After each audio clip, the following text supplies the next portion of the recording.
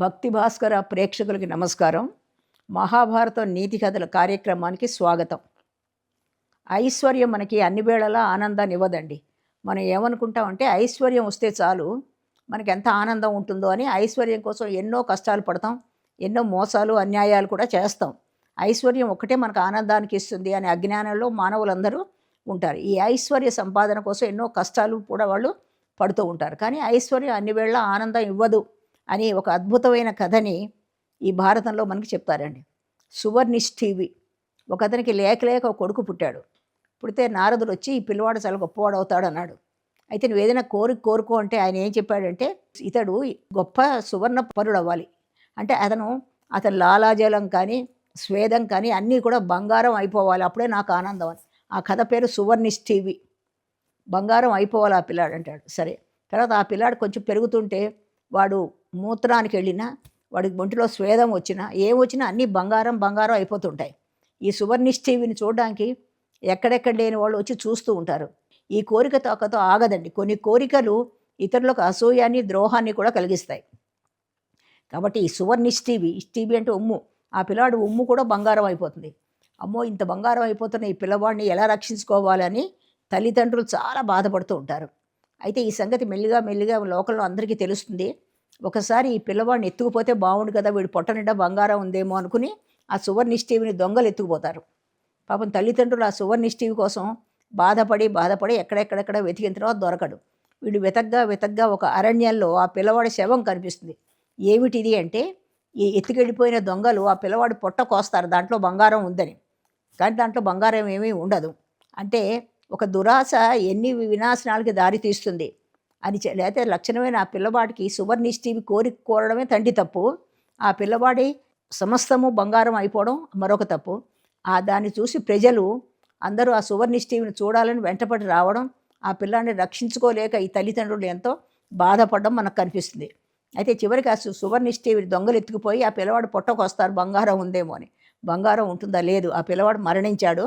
ఆ పిల్లవాడిని వెతుక్కుని వచ్చి తల్లిదండ్రులు ఎక్కడో అడవిలో పడి ఉన్న పిల్లవాడిని చూసుకుని చాలా దుఃఖపడతారు. అంటే ఏమిటి? దురాశ దుఃఖానికి చేటు అంటే ఇదే. ఆ పిల్లవాడు అలాగే ఉంటే ఆ బంగారం ఉండేదేమో.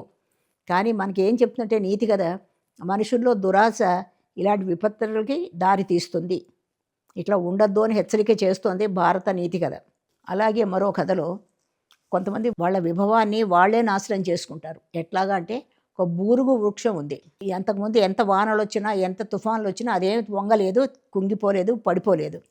అయితే ఒకరోజు అట్లా వెళ్తున్న నారదుడు అడిగాడు, బూరుగు వృక్షమా, నీకేమిటి ఇంత అన్ని వృక్షాలు పడిపోతాయి, కొండలన్నీ కూలిపోతాయి వర్షాలకి తుఫాన్లకి, నువ్వెందుకు ఎలా ఉన్నావో అలాగే ఉన్నావో అని అడుగుతుంది. అడిగితే బూరుగు చాలా గర్వంగా, నాతో వాయుదేవుడికి ఏం సంబంధం, వాయువు ఎంత గొప్పవాడు, నాకన్నా గొప్పవాడా, నన్నేం చేయలేడు, వాయువు ఎంత వేగంగా వీచినా నన్ను ఎవడు కూలగొట్టలేడు అంటుంది. అయితే నారదుడు అంటాడు, నీకు ఇంత గర్వం పనికిరాదు కదా, నువ్వెందుకు అనుకుంటున్నావు నిన్ను కూలగొట్టలేడు అని. తర్వాత ఆ బూరుగు వృక్షానికి భయం వేసింది. నారదుడు వెళ్ళి వాయుదేవుడితో చెప్తాడేమో అని. అది చెప్తాడు కూడా అంటాడు, అయితే నేను వాయుదేవుడికి చెప్తాను. వాయుదేవుడు కూడా నాకన్నా గొప్పవాడు కాదు, అందుకోసమే ఎన్ని తుఫాన్లు ఎన్ని ఉప్పెన్లు వచ్చినా నేను మాత్రం నాలాగే ఉన్నాను, వంగకుండాను అంటుంది.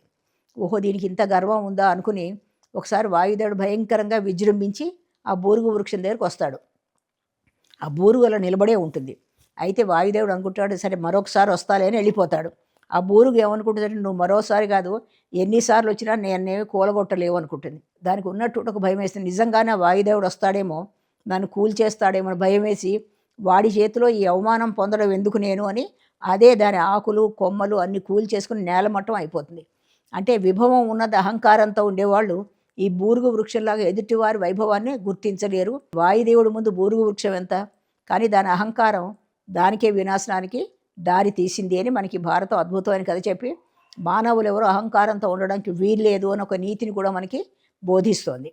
అలాగే మరో కథ, మనం ఏదైనా పని చేసేప్పుడు దాని కీడు మేలు ఆలోచించి చేయాలి. సాధారణంగా మానవులు ఏం చేస్తారంటే ఏ ఆలోచన లేకుండా వెంటనే ఆ పని చేసేయాలనుకుంటారు.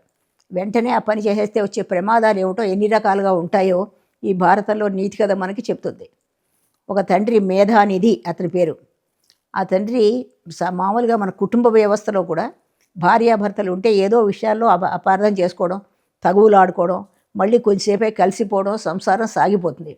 కానీ ఒకరోజు ఆయనకి చాలా కోపం వచ్చి ఆయన కొడుకు ఎదురుగుండా ఉంటే మీ అమ్మని చంపేసేయి అంటాడు. కోపంతో అన్నాడు కానీ అని ఇంట్లోంచి వెళ్ళిపోయాడు ఆయన. ఈ పిల్లవాడు అనుకున్నాడు, నేను తల్లిని చంపేయడం ఏంటి, నాకు జన్మనిచ్చిన తల్లిని నేను ఎలా చంపేస్తాను అని ఒకటి. మరొకటి, నన్ను పెంచి పెద్దవాడి చేసిన తండ్రి మాట వినొద్దా అని మరొకటి. ఇలా మనసు చాలా సంఘర్షణకు గురైంది. చివరికి అబ్బాయి ఏం చేశాడంటే ఆలోచిస్తూ ఈ తల్లిని చంపాలా వద్దా ఆలోచిస్తూ గొడ్డలు పట్టుకొని కూర్చుని ఉంటాడు. మరి తండ్రి పరిస్థితి ఏమిటి? ఆ కోపంగా ఇల్లు వదిలి వెళ్ళిపోయిన తండ్రి అనుకుంటాడు, నేనేదో కోపంతో అన్నాను తల్లిని చంపేయని, నిజంగా పిల్లవాడు యువక రక్తం, తల్లిని చంపేస్తాడేమో అని కంగారుగా ఇంటికి వస్తాడు. ఇంటికి వచ్చేసరికి ఆ పిల్లవాడు ఆ గొడ్డల్ని కింద పడేసి, తండ్రి ఇంత అధర్మమైన పని నేను చేయలేను, నా తల్లిని నేను చంపలేను అంటాడు. ఆ అబ్బాయి ఆలోచించబట్టి తల్లిని చంపకుండా ఉంచాడు. ఆలోచన లేకుండా నా తండ్రి చెప్పాడు అని తల్లిని చంపేసి ఉంటే ఎంతో విపత్తులు వచ్చేవి. కాబట్టి భారతం ఏం చెప్తుంటే ఏ పని చేయాలన్నా ఆ మేలు కీడు ఆలోచించి అప్పుడు ఆ పనిలోకి మీరు దిగాలి, వెంటనే చేసేయకూడదు. తండ్రి చెప్పాడు కదా వెంటనే తల్లిని చంపడానికి ఆ పిల్లవాడు ముందుకు రాలేదు. ఇది అద్భుతమైన నీతి కదండి.